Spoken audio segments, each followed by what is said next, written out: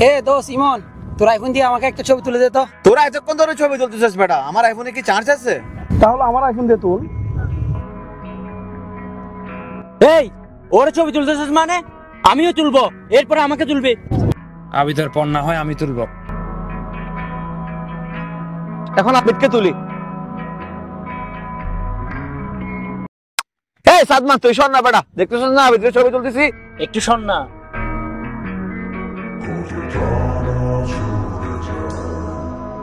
হইছে আবিদ, তোর তোলা শেষ। আবিদের পর আমার টান ছিল, দোস্ত এখন আমাকে তুলে দে। হে বেটা, মোবাইল আমার, আগে আমার ছবি তোল। আমার মোবাইলে অত চান্স নাই। আচ্ছা তুই তুল। হইছে বেটা, তোরও তোলা শেষ। জ্যোতিষে দেখ তো। দোস্ত আমার একটা ছবি তুলে দে। দাঁড়া আগে দেখি ছবিগুলা। দোস্ত অন্ধকার হয়ে যাচ্ছে, এত দূর আসছি, যদি আমি একটা ছবি তুলতে না পারি। আরে বেটা, তুই তো মাথার উপর উঠে গেছস। আমার মোবাইল আমাকে দেখতে দে আগে, তোরে তুলে দেবো বলছি তো।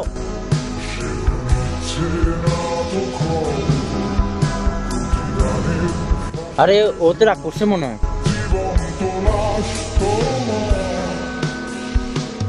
আরে রাগ করলো কি না করলো কি, এই বন্ধু মহলে যে বন্ধুর বাইক আর আইফোন আছে তারই রাগের মূল্য আছে।